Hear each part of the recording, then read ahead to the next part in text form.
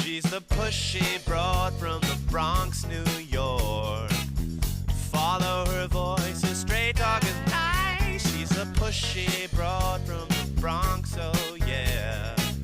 Don't be surprised if you wanna listen twice. Make decisions, find the right choice. Know yourself better, find your own voice. It's okay if you need help today, cause everybody needs a little push. From the pushy broad from the Bronx, New York.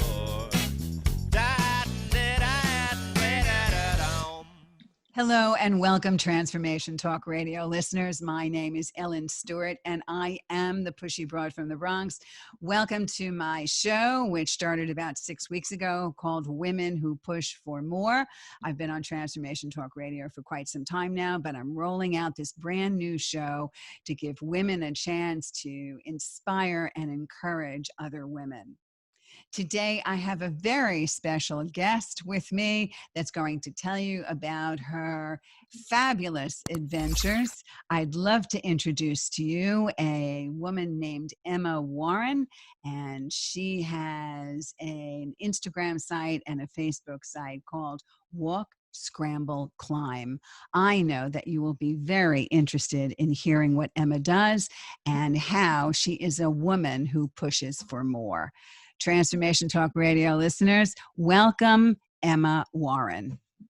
Oh, lovely to have me on. Thank you very much, Ellen. I'm so glad that you're with me today. We started to talk about the fact that I sent out a post because I wanted to interview women who had amazing stories about how they were their own true pushy broads and how they pushed for more. And I want to share with our readers a little bit about what you said and the email that attracted me. And then I want to talk about that with you. Okay, yeah. You said that at the age of 18, you decided to cross the Silk Route on a rock climbing expedition, traveling from London to Hong Kong. At 25, you led a bunch of climbers from South Africa overland to Jordan. You've led expeditions all over the world. You live in the UK right now in the Welsh mining village of Llanberis, which is famous for its rock climbing. And you have a Facebook site called Walk, Scramble, Climb. So my first question to you is, how did the excitement come to you to begin to rock climb? How old were you when that started? So when I was 18, I was really wanted to have a year out before university. So when I was doing my A-levels, I went on an expedition with school at the age of 17 to India, and that kind of sparked my passion for travel.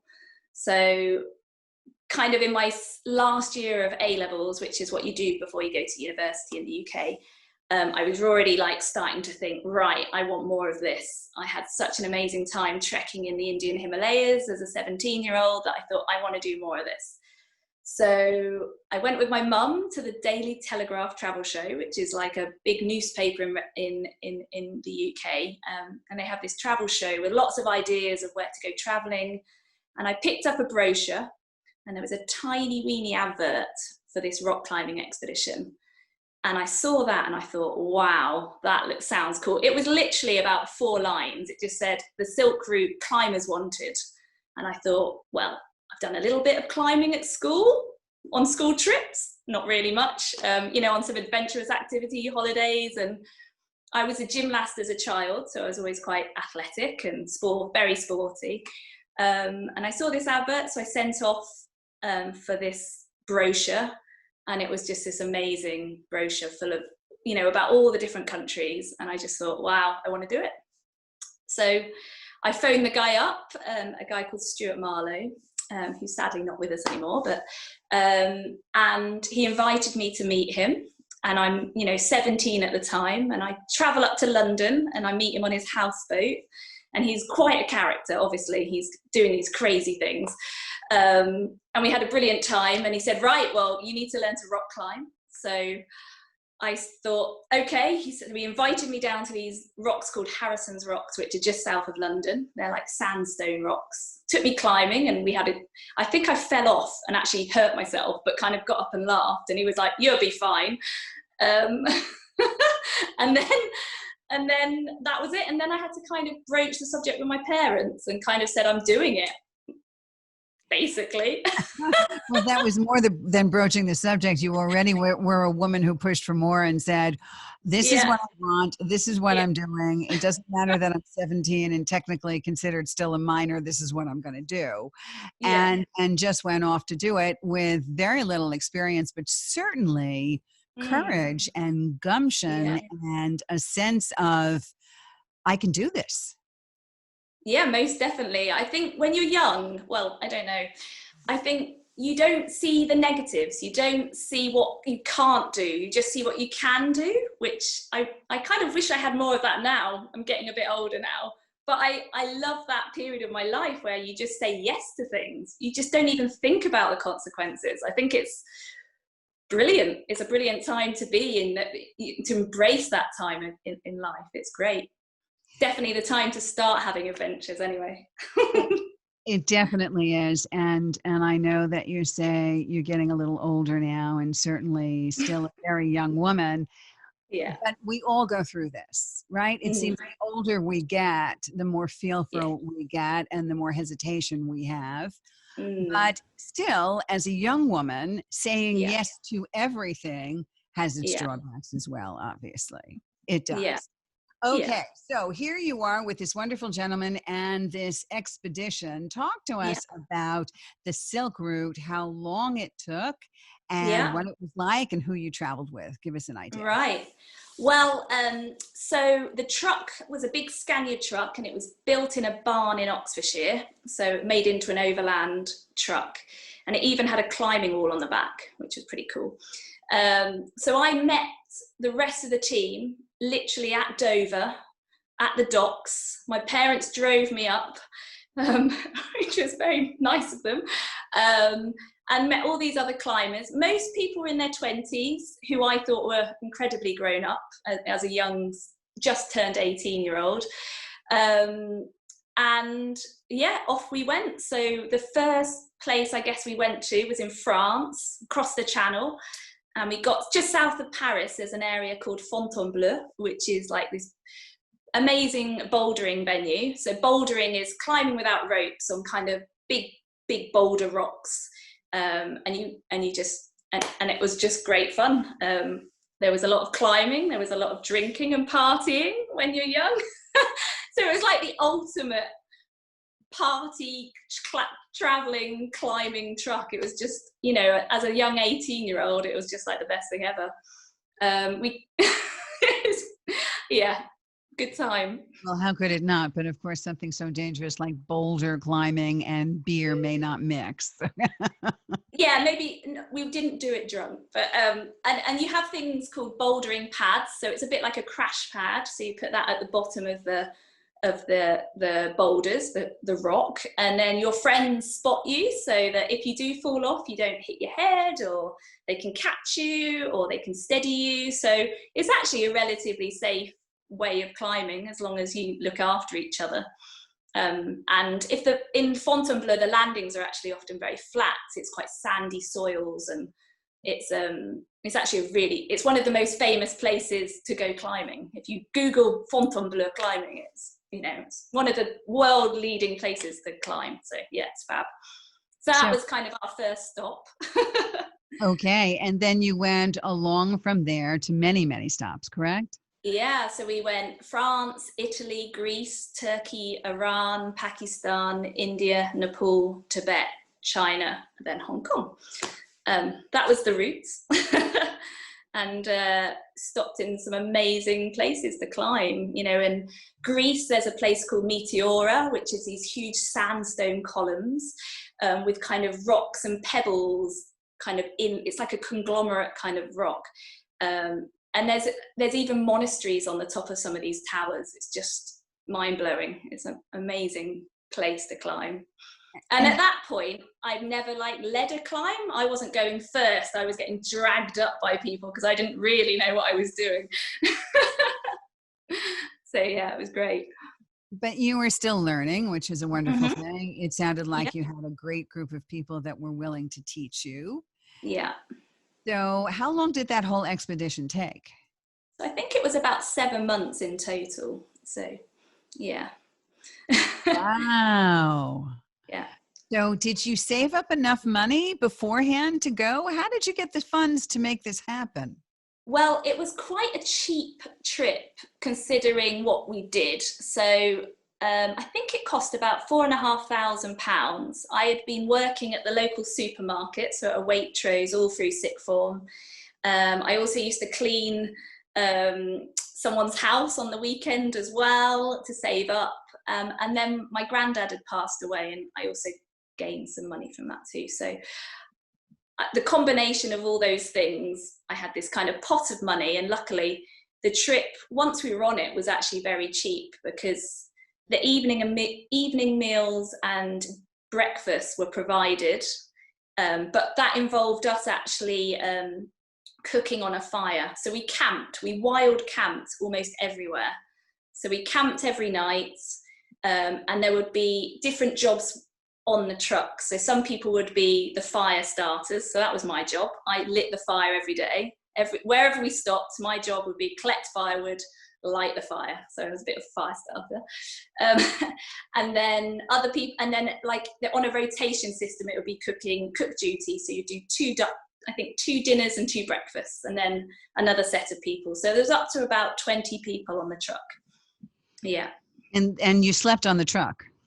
No, we didn't sleep. We slept in tents. So all the camping gear was kept in our lockers in the truck, and everything like that. So there was like lockers on the side, big hold-all bags with your clothes, your climbing kit, your tent, your sleeping bag. So that was your first foray into rock climbing, and certainly a taste for a tremendous adventure, and certainly an experience that is carried with you for the next 20 years, correct? Yeah. That was the beginning for you, those 7 months. And you said the person that started this is no longer with us. Yeah, Stewart. I'm sorry about that. Have you managed to maintain any friendships from the 20 people that you traveled with? Oh, yes. So, like some of my really great friends, we all live in different parts of the country, some in different parts of the world, but when you phone someone up and have a chat or meet up with them, it's like any good old friendship, isn't it? When you've done something like that, it doesn't matter if you haven't seen each other for 5 years, you just fall back into. Yeah, but I've got a couple of close girlfriends that I do talk regularly who were on that trip. So here you are, come back from a world tour and such an outdoor adventure, and you are going on 19, I guess. And what happened from there? How did you pursue this situation going forward? Did you make a career out of it? Tell us about this journey. Well, so my university results, I got good results, and I was due to go off to Swansea University in South Wales to do geography. But I met a guy on the truck called Ben George, and he had just finished university and he had done a degree in outdoor and environmental education. And I thought, wow, that sounds cool. He was off to work at Outward Bound in Hong Kong. So he was going to finish the expedition and then start his new job. And I thought, wow, that sounds really cool. So I phoned my mum from China and I said, I don't want to do geography at Swansea anymore. I want to do this degree in outdoor education. And my dad wasn't very happy because obviously he wanted me to go to a traditional university and do a traditional degree. But my mum knows what I'm like, and she's quite a strong woman, I guess, and maybe that's where I get it from. And she said, go for it. So I did, and I went off to Liverpool to study this. Liverpool John Moores had an amazing, one of the oldest outdoor education degrees in the country, and that's where I went. So I did 3 years there. But I also did a lot of geography modules like glaciation of fluviology and natural hazards and applied geomorphology and things like that, so that if I wanted to go into teaching, which I later did, I had enough credits, I guess, to do a geography-based teacher training. So even then you had the foresight to go forward. Well, you said some very interesting things, and we'll talk about that for a minute about what you've studied. But I really do appreciate the fact that I think that Pushy Broads, which, as we know, as I gave a backronym to be powerful, unafraid, self-aware, hardworking, young at heart females, normally get their start from other pushy broads, from women Yes. who paved the way many, many, many Yeah. times. And it sounds like your mother is one of those women. Yeah, my mum is she's only tiny, but she's a force not to be reckoned with. I don't think she'd mind me saying that, but yeah, she did some quite, for her time, you know, she's 70 now, but she went to a grammar school. She was very intelligent, you know, got great A levels, could have gone off to university straight away. And she said, I don't want to go straight to university. I want a career.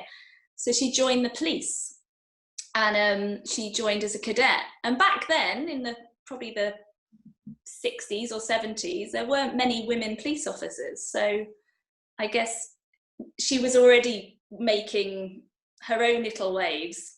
So then she went off to university through the police. So they wanted more graduates, and she actually got paid to go to university. So lucky her. It costs a lot of people a lot of money nowadays, but she was very lucky. Well, she But timed it right. yeah, timed it right. But she also had an adventurous spirit, and actually a lot of things have come out as I've got older of things she's done. Like she went off to Cape Wrath as a young cadet on this course called a John Ridgway course, and he was kind of pioneering at the time for his adventurous activities. They would you know, be asked to jump off a boat, take all their clothes off and swim to shore with their clothes in a bag and survive on an island for a week without, and she went and did all things like that. And it's only since I've got older that she's kind of come out with more of these stories. So yeah, she's actually she's a bit of a dark horse, really, my mum. She'll never tell you, you know, she would never. Yeah. Well, she sounds wonderful, and she also sounds like somebody I would like to have on my show. So ask her if she wants to have a conversation with me, quite honestly and truly, because it's really important just to show women that are not only in their young teens or their late teens or in their 20s or 30s like you, but women that are your mother's age and my age, that it is our experiences that help and inspire other women and push everybody forward, and that our experiences enrich us. So that's really powerful. And certainly where you got that from, and certainly her sense of freedom and her sense of go for broke, take a risk and challenge yourself, allowed you to in part be the woman that you are today. Yeah, I mean, if I think about now looking at an 18-year-old, I look at 18-year-olds now and I think they look so young. and I think, oh my God, my parents let me go across the Silk Route. We didn't even have an argument. It was like, okay, who is this man? Okay. And it was like, off you go. But having that, I think, trust to allow me to do that was huge, you know, and I'm so grateful, because I sometimes think the more you tell people to stop doing things, the more they rebel. And I never really had anything to rebel against. Both my parents were in the police, and maybe they saw a lot of things from people maybe being overprotective and not. There's definitely, you learn from risk, don't you? And the more trust you're given to do things, the more you'll actually be able to cope with stuff in the long run. So. Absolutely. There's no question. I do empowerment coaching, and I've been around behavioral health for the past 16 years. There is such a thing called oppositional defiance, which means the more you tell me I can't do something, the more I want to do it. So once you're given permission to do something, then you really have to discern for yourself whether or not it's something that you want to do. And like you said, excuse me, your parents instilled upon you responsibility and accountability, and more than ever trusted your judgment. So that's a plus. That is. Okay. So here you are coming out of university, and then what? Yeah. Oh, what did I do then? So I moved to Scotland, to Glasgow, so I got a job working for, it was a charity called Activate, but they had a special project called, it was a charity called Fairbridge, but we had a special project called Activate, working with young boys who had been expelled from school. So we were using the outdoors to teach them leadership, self-worth. So we had 2 days a week outdoor activities with them, and then 2 days a week classroom-based learning. So I did both. And it was actually very funny because the outdoor team was all men and the indoor team was all women. And I used to cross between the two. and I found it really interesting how the boys would respond to the different male and female teachers. And I could then question them and say, well, you wouldn't do that with so-and-so and things like that. So yeah, it was really very humbling work, very, children from very disaffected families, very poor families, but very incredibly worthwhile work. Yeah.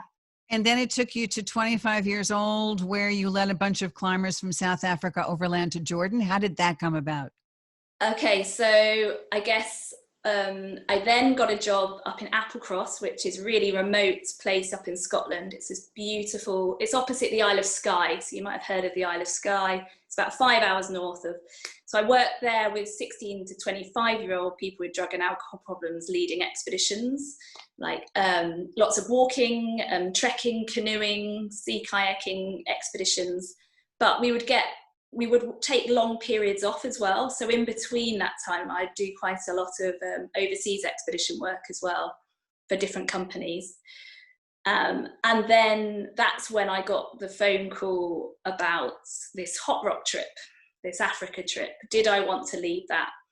I'd just come out of a long-term relationship, and I kind of needed to escape.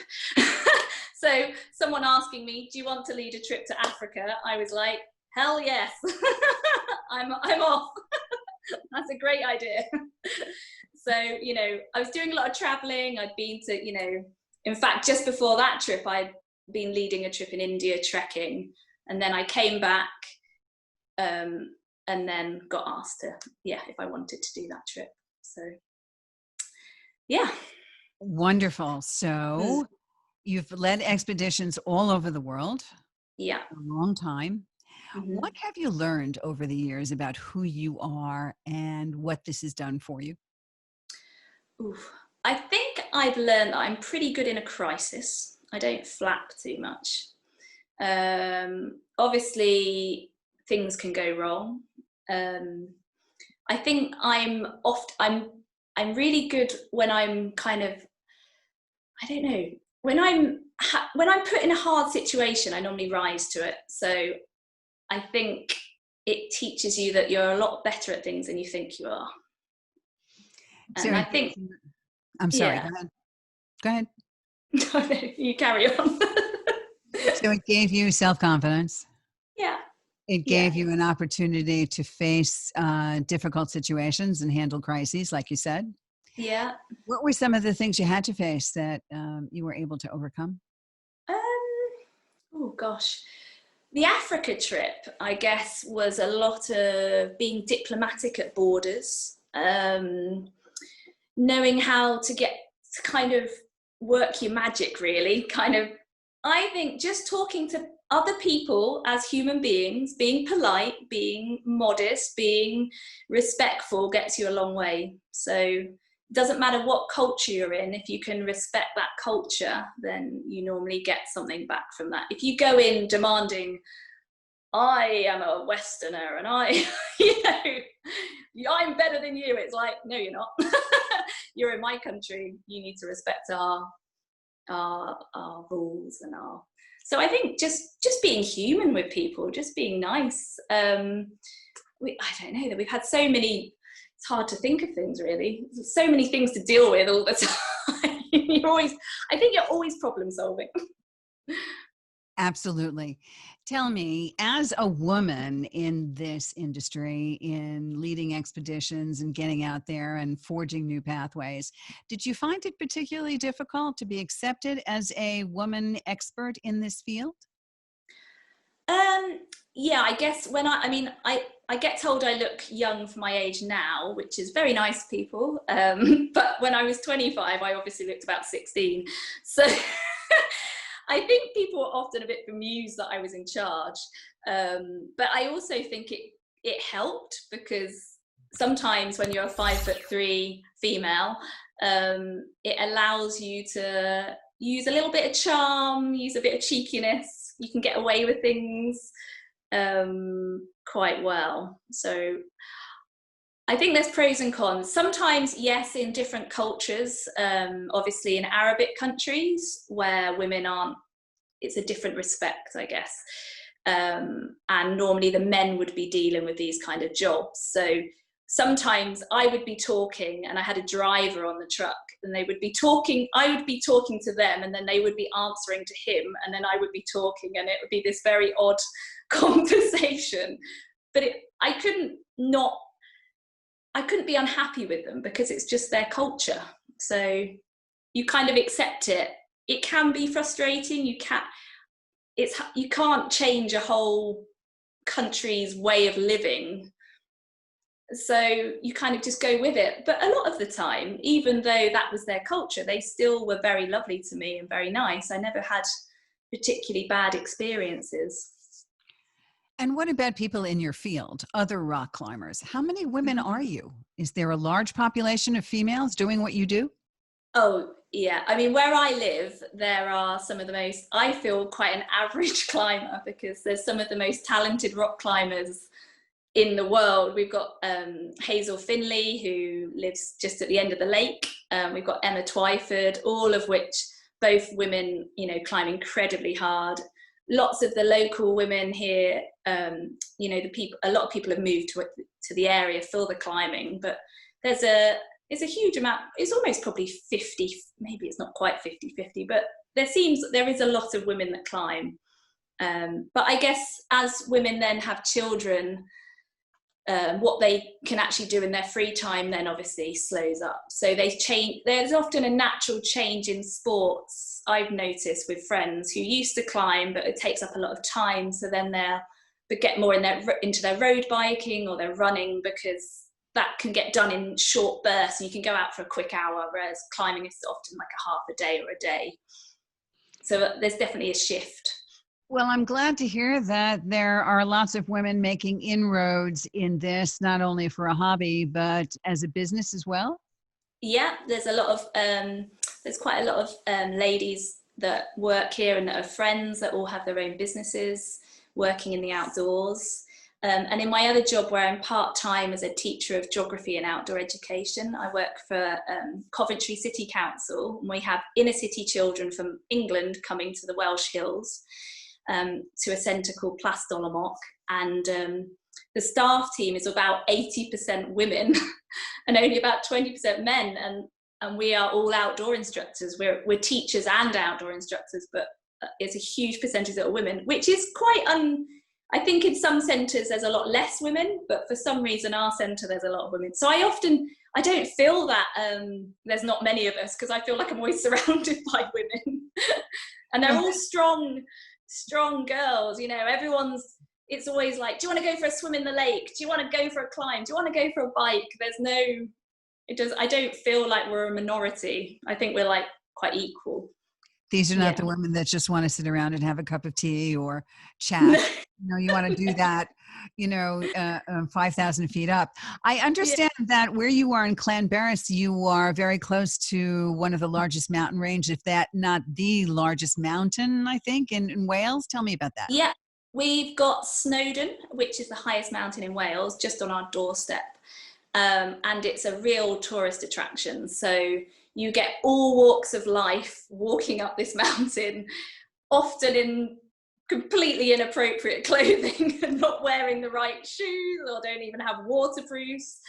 So it has become a bit of for the local people that obviously grew up here and, a very close-knit community, you've got that whole issue of maybe people buying second homes because it's seen as an area of outstanding natural beauty. So there's a lot of kind of conflict. People don't want to lose the Welsh language. So it's an interesting time, especially due to COVID, where there's a lot of people not working. So they're on furlough. We have a scheme in the UK where the government is paying the wages of our companies while you can't work. So we're very lucky at the moment to have that, but that does mean there's a lot of people as well, because of travel restrictions. A lot of people in the UK will go to Greece and Turkey and Spain and France just for that, just for a week's holiday, because it's so close. So all those people that would normally fly abroad, because of travel restrictions and self-isolating, like if you come back you have to like not go into work for 14 days, everyone's holidaying here, which means the hills, well, Snowden, if you go to any other hill, they're not on it. It's like, it's busy. It's really busy. So not where I live up the hill a bit. But you reminded me, when you said the hills, you reminded me of Julie Andrews in Sound of Music, The Hills Are Alive, with climbers. That's really funny. That's funny. So have you climbed Snowden or most of it, or how far have you gotten? Oh, I've climbed it tons of times, probably over 100 times. But it's a walk. You can walk up Snowden. There are climbs on Snowden, rock climbs, but the majority, 99% of people going up Snowden walk up it. And there's like about 5 different main routes up the mountain. And it's, people call it hiking. I always call it walking, but hiking, walking, same thing.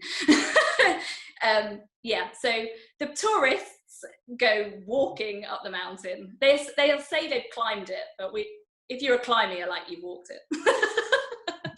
But I'm just being pernickety. If you're not hanging on by the side with your bare hands, then of course you've walked. How tall is that mountain? Oh God, I should know this. It's okay. We'll look it up for you. 3,000 and I should know this. 3,000 and something. It's okay. All right. 3,018 meters. Yeah. So that's something that even I could do. I could walk. Oh up. yeah. Yes. Yeah. Okay. But I certainly couldn't climb it. That's for sure. So here you are. Let's go back for a second. You've gone to South Africa, overland to Jordan. You've taken that expedition. You've come home. And where did your life take you? Oh gosh, right. Where did it take me? I think I went to Canada for a little bit to go climbing, just for fun, because I was working on that trip, so I was actually earning money. I was in a relationship, but it wasn't a good relationship, so I had to get out of that, and did, thank God. Where did I go from there? I did a lot of freelance work, so then I was kind of doing a lot of work, a couple more expeditions. I think I went off to Venezuela, to Peru, Ecuador, taking people trekking in the mountains, and a lot of work in the UK as well. So kind of lots of trekking, Duke of Edinburgh work, and working for different centres around the country until I got a job at Brennan, which is the National Mountain Centre. And that was a kind of a turning point for me for like qualifications, I guess, kind of going up the ladder on that sense. Yeah. And what did you do there? So I became something called an assistant instructor. So you work because it's quite a prestigious place to work. So in the UK, you've got the 3, I guess, national mountain centres. You've got Brennan, which is in Wales, but it's actually the English mountain centre. You've got Glenmore Lodge up in Scotland, and then you've got Tullamore, which is in Ireland. So it's quite if you're going to work in the outdoors, it's like one of the best places you can work, because you learn so much from incredibly experienced instructors. Yeah. So you moved on from there, and just to bring us to where you are now, just kind of give a quick synopsis of how you came to do what you do right now. So I worked there and I absolutely loved it, and I carried on freelancing for Brennan over the years as well, but I actually hurt my shoulder.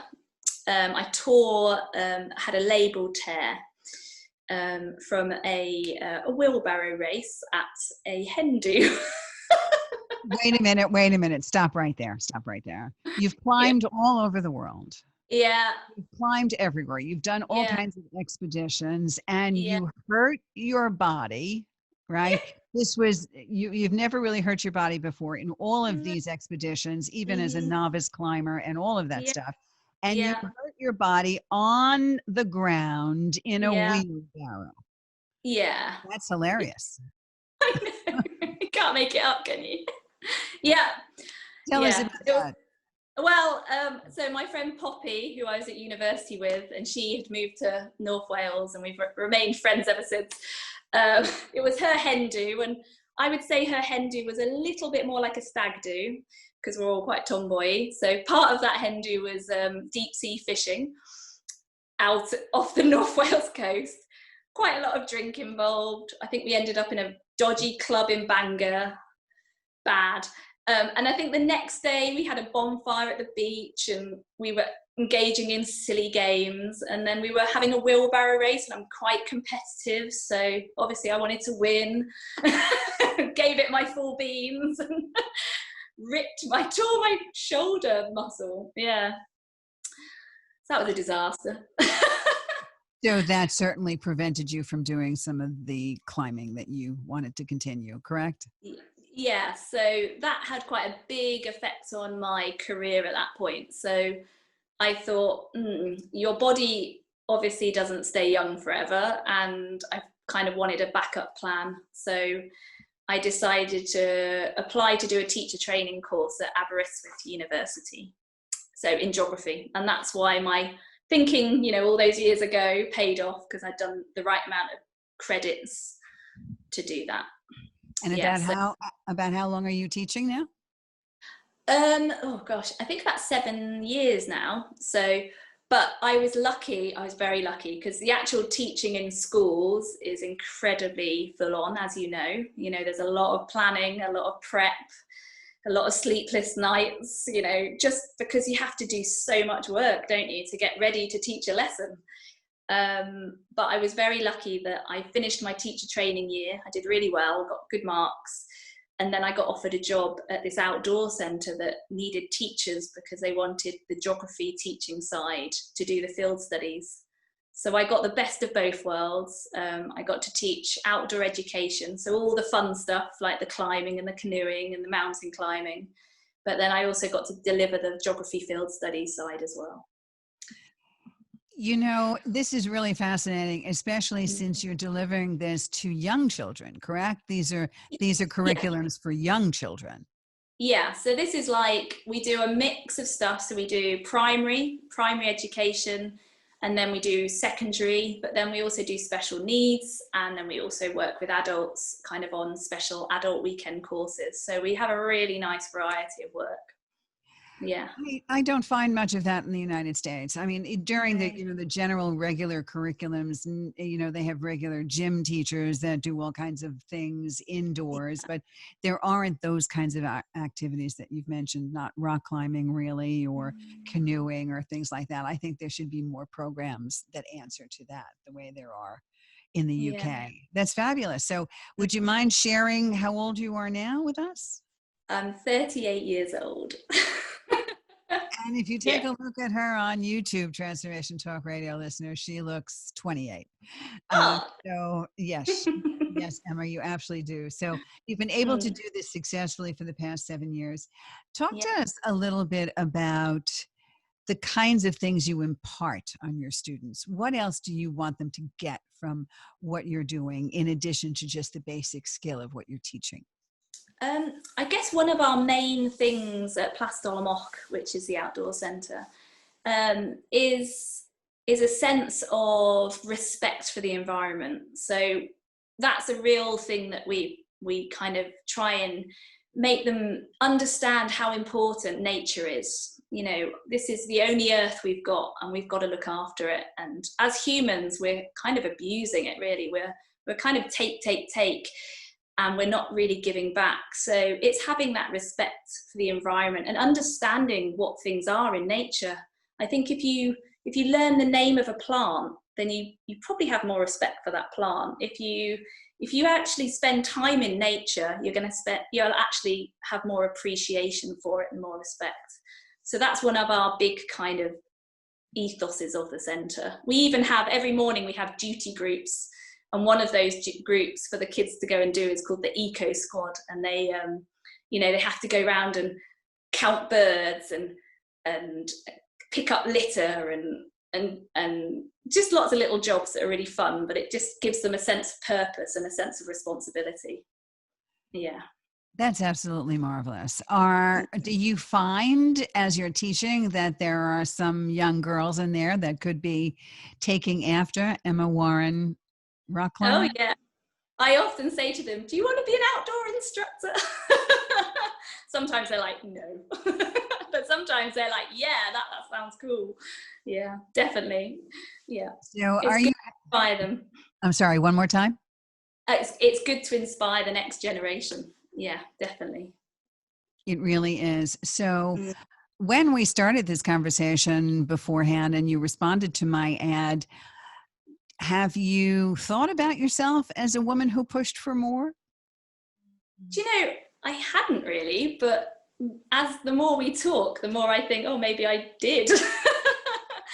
Makes me appreciate, yeah, that I have actually always strived a little bit to do interesting things and maybe push against the norms. Yeah, definitely. Without a doubt. I mean, that I saw Mm. right away from everything you did from the beginning. And sometimes it's not about pushing for more so that the world knows.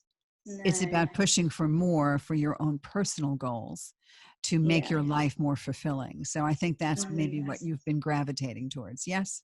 Yeah, definitely, definitely. I think just always wanting to have new adventures, really. You know, as I kind of got this other job, which stopped me from, I guess, doing the expedition side of things as much, because obviously I had a commitment to them, and it's quite hard to get the time off to then do the other work that I liked. I started to have a lot more adventures for myself with friends and, you know, my husband. So my husband's a mountain guide. When I met him, he was going through the British mountain guide scheme. So we would have a lot of adventures, and I felt like I kind of, rather than traveling the world, you know, to a lot of developing countries, I saw a lot more of Europe and the European Alps because of, I guess, the way our lives changed. As my husband said, you grew up a bit. I don't know. Yeah. Well, that sounds like a wonderful love story. The mountain Mm. climber and the rock climber getting together. Yes. The Yeah. expedition tour guide. Yeah. So when I got the job at Plaza Brennan, the National Mountain Centre, he was an instructor already working there. And when I moved to Wales, my friend Jenny, who lives in the Alps, she had heard of this lady called Catherine Thomas, and she rented rooms out in North Wales to, you know, other climbers and things like that. She had like a shared house type thing, and she would go off to Antarctica to work with the penguins for the British Antarctic Survey. So many, I feel like I'm surrounded by strong women, but she was an amazing woman. Anyway, so I moved into this house where my husband was also living, but he'd been working in Scotland. So I had about a month living there, working at the centre before he came back. And then I thought, oh, hello, who are you? He's a 6'4" strapping man. And yeah, and we went climbing lots together, and then we obviously had the same passions and the same interests, and kind of all worked out. So that was about 10 years ago. And that Yeah. was about 10 years ago. Mm, Unbelievable. yeah. Okay. So what's on the horizon for you next? Oh, well, with COVID, who knows? I feel like we're in a bit of treading water time. So I guess at the moment, I think it's really appreciating what you've got on your doorstep. So I don't know if you've watched any of David Attenborough's stuff, but obviously, you know, the world is in quite a hard, you know, with global warming and things like that. I feel like there's so many adventures that we can have on our own doorsteps. Just during our lockdown, so I don't know what it was like over in your part of the world, but we weren't allowed to travel by car anywhere. We were literally just where we were. We could go out for an hour daily exercise, but they also shut the national park, which is what I'm surrounded by. So suddenly we had all this freedom that kind of got shrunk, and it was really much what you could do like really locally. So I guess what we started to do was we've got a wood behind us, which is a beautiful woodland, but it's starting to get invaded by rhododendron, which is an invasive species, and it stops all the local, like the native plants growing, and it makes the soil acidic and blah, blah, blah.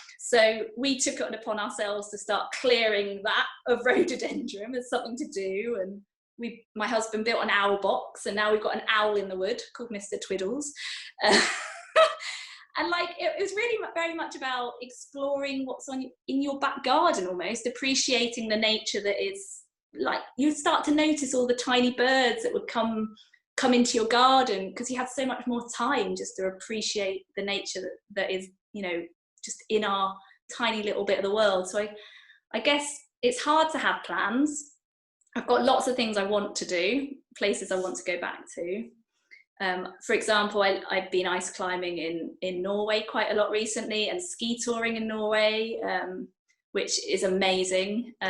Ski touring in Iceland I'd love to go back there, but I feel like we lucked out on the weather, so I'm not sure I can go. But there's all these like places in Europe I'd love to, you know, carry on climbing and skiing and ski touring. Just little micro adventures, I guess, but at the moment it's literally adventures on our doorstep, because I think we're possibly heading for another lockdown. So it's very interesting what you say, and this is a really good message for our listeners. I've done so many podcasts on, of course, COVID-19 and how it has affected us, and all of this. Give us an added perspective. The hope is, and the hopefulness is, that even though you have been around the world, you are taking special notice of the things that are closest to you right now. And that's a wonderful thing.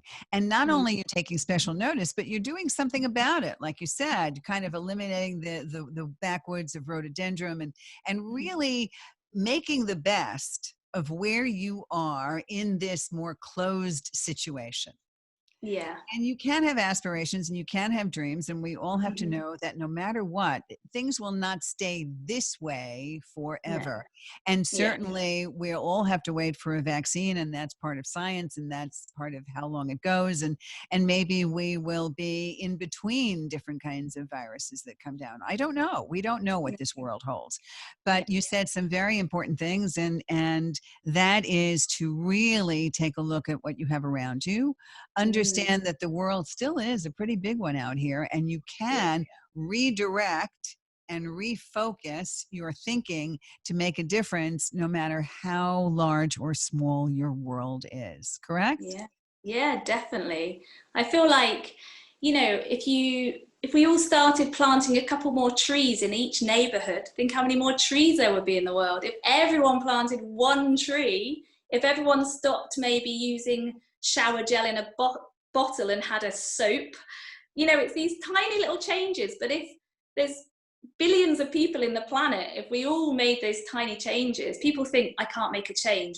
You know, I'm not a vegetarian. I have been in the past, but I've decided, you know, if I buy meat, it's going to be good meat from the local butchers. It's going to be local meats. I'm probably going to eat less meats.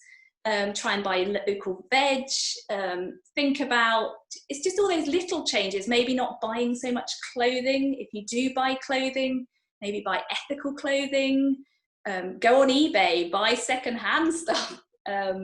Think brands like Patagonia are great, because they give 1% of their money back to the planet and back to really good causes. So maybe it's thinking about who you spend your money with. Buy local. Don't buy your coffee from a massive chain. Buy it from a lovely little I know, coffee shop or a tea shop. Just little changes, but it has a little ripple effect, doesn't it? So we can't do big things, but we can do little things. And we're all capable of little things, for sure. Yeah, we're all capable of little things.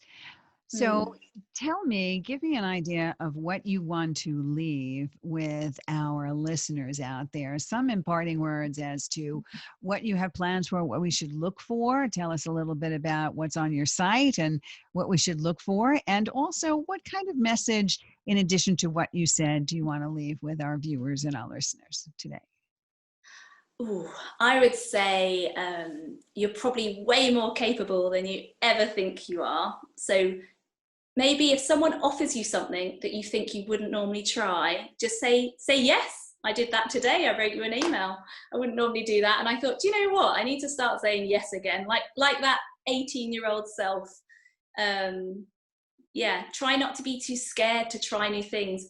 And I think one of the most important things, which I do need to work at, that is not being scared to fail, because we learn so much when we don't get things right, and that's okay.